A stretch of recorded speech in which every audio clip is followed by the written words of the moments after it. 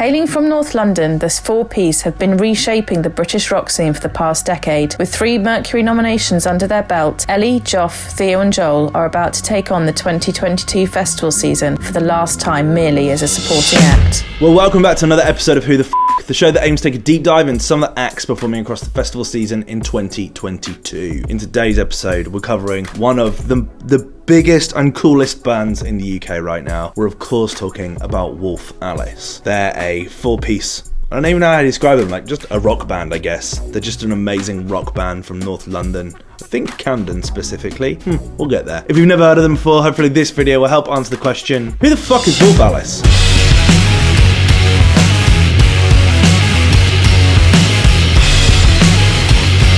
Ellie Roswell, Joel Amy, Joff Oddie, and Theo Ellis are the 4 members that make up Wolf Alice. They're from London, England, North London to be specific. I'm pretty sure they're from Camden. I'm pretty sure Don't Delay the Kisses is about going to a pub in Camden, but we'll get there in a minute. Genre-wise, they're described as alt rock, folk, punk, there's such a real range of different sounds that they have. They remind me of bands like Royal Blood, mixed with people like Warpaint, certain influences from Yeah Yeahs, Nirvana, Hole, Queens of the Stone Age. I think it'd be easy to make comparisons to people like Blondie as well as like every other amazing rock act over the past 50 years. Ellie and Joff formed as an acoustic duo in 2010, naming themselves after a short story by Angel Carter of the same name, Wolf Alice. It's a story from the late 70s, meant to be a variation of Little Red Riding Hood and Through the Looking Glass, about a feral girl raised by wolves. They were later recruited friends Sadie and James to play bass and drums respectively, before releasing their self-titled EP in 2010. EP featured records Every Cloud,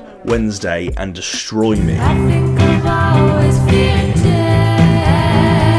Things gonna get worse if they only... You can really hear the origins of what we come to expect from Wolf Alice, but these early records sound super 2010, major Warpaint vibes. Joel would join the band in 2012 after James broke his wrist. Initially was meant to act as a temporary replacement, but later became a permanent member. In the same year, Theo would also join the band, replacing Sadie, who was leaving to focus on her studies. Mate, can you imagine that? You're part of a band, you leave, and then they become Wolf Alice. How do you come back from that? I wonder how she feels now. Later on, they would go on to release their first record in this current lineup on SoundCloud, entitled Leaving You.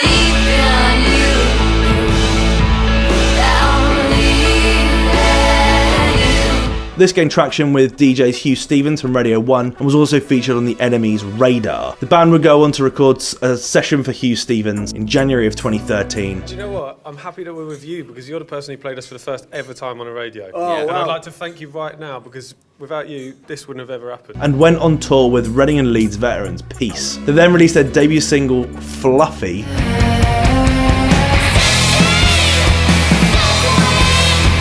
in February 2013, which was released on Chess Club Records. Chess Club are known for working with artists such as Alfie Templeman, Sundara Karma. They also have alumni, which includes Jungle, White Lies, Mumford & Sons, Billy Martin, Blocks, Perma Rosa, Swim Deep, Easy Life, and local natives. Definitely worth a follow. Just an amazing record company. The next single they released was the iconic Bros, one of Ellie's earliest records.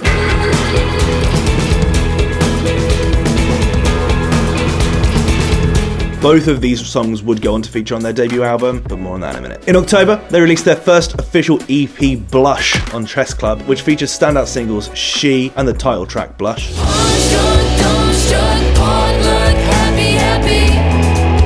This was right at the start of a change in direction in British guitar music. At the start of the noughties, it was all about nu metal and hard rock. In the mid-noughties, we gave the rise of indie rock and roll, and there were some amazing emo bands. But this huge shift happened at the turn of the decade. People shredding on guitars again. Think bands like Royal Blood, Peace, and Foals, all definitely rocking up their sound. In 2014, they signed an exclusive deal with Dirty Hit and released their second EP, Creature Songs. Dirty Hit, you ask? You may know them. They're a small record label based out of Manchester. Some of their artists include No Rome, The Japanese House, Beeper Doobie, Pale Waves, Oscar Lang, Rina Sawayama, Black Star Kids, and a little band called the 1975. The EP had 4 tracks, with the most popular record being Moaning Lisa Smile.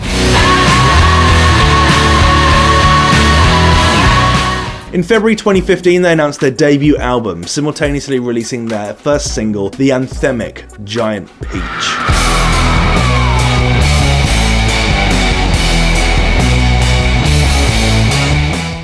Fun fact, Giant Peach was the first record played on Annie Mac's Future Sounds after she took over from Zane Lowe. What a kickoff record. This was followed up with the rework of Bros as a second single. Later that month, they released their debut album, My Love Is Cool, to critical acclaim, debuting at number 2 in the album chart, gaining a Metacritic score of 78, with critics saying, after years of slow build, the release is here. Believe the hype. The confident and diversity of My Love Is Cool indicates a band who have their own thing all figured out, who shouldn't veer from their own strange path to live up to outdated narratives that decide what a young British band should be. There's a Jekyll and Hyde quality to Wolf Alice's debut that gently reels you in with its gossamer folk pop and lifting indie pop before going for the jugular with the savage bursts of psycho guitar grunge. The record featured many of the previous singles, as well as standout records Freezy, Silk, Your Love's Whore, and Lisbon.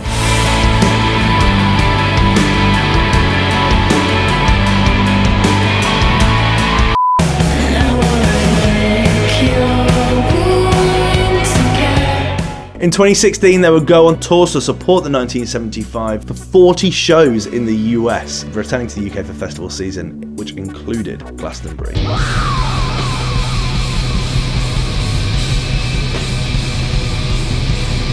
In June 2017, out of nowhere, the band releases the wall of sound that is Yuck Fu.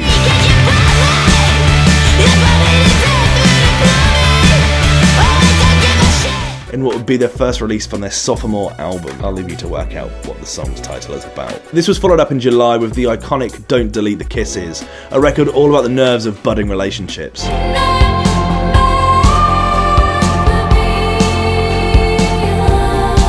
Ellie describes the record as one of those, head out the window on a long drive kind of tunes. I think she's f***ing nailed that. What an absolute description for the record. Prior to the release of their record, they would play a secret set at Reading 2017 on the Sunday at the Festival Public Stage. Oh, I miss that tent being there all the time. The album Visions of a Life was released on September the 29th, 2017 to raging success, selling nearly 20,000 units in the first week, achieving a Metacritic score of 81. The record would go on to be nominated for and subsequently won the 2018 Mercury Music Prize. If anyone's at Heathrow Terminal 5, please buy me a Guinness. The album also featured all previous singles, as well as standouts Planet Hunter, Sad Boy, and Formidable Cool.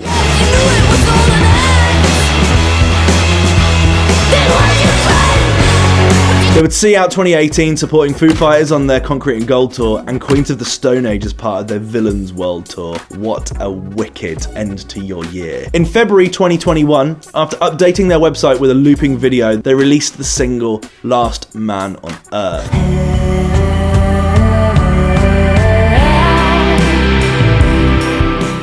Quite a big departure from them as a band, definitely going more of a ballad route. It was a record that at the time I really struggled with. It made no sense to me until I saw them live, and then everything slotted into place. They debuted the record on Annie Mac's Radio 1 show, backed with an announcement of their third studio album. The next single taken from that album would be The Monumental Smile, a record that has as much attitude as they delivered with Yuck Fu and Giant Peach, but destined for big audiences. This isn't one for dingy clubs, this is one for the stadiums.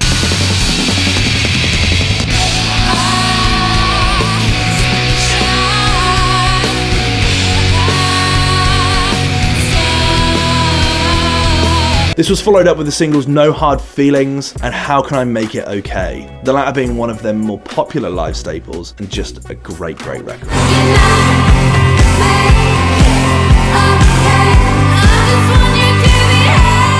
The band released their third studio album, Blue Weekend, on June the 4th, 2021, to a monstrous reception, achieving a Metacritic score of 91, truly establishing themselves as bright possibilities of guitar music and blurring the lines along with setting new ones out. Ultimately, with Blue Weekend, Wolf Alice continue to be the very essence of what it is to be a band, whilst also remaining, more importantly, human. For me, this is their magnum opus, something very few bands get to achieve, especially on album number 3. The album would also go on to be nominated for the 2021 Mercury Music Prize alongside Gets, Black Country New Road, Salt, Mogwai, losing out to the ethereal Arlo Parks. More importantly though, Blue Weekend made it onto the Music Club Album of the Year shortlist, alongside amazing records like Fred Again, Girl in Red, Shame, and Alfie Templeman. The record also featured standouts Feeling Myself,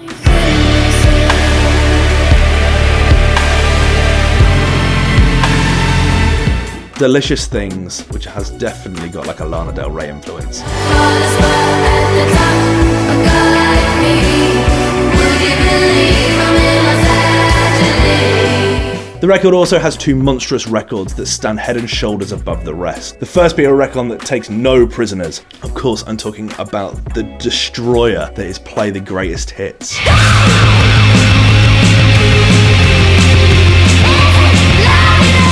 And the second being the extraordinary, the colossal, the immortal Lipstick on the Glass. Lipstick still on the glass.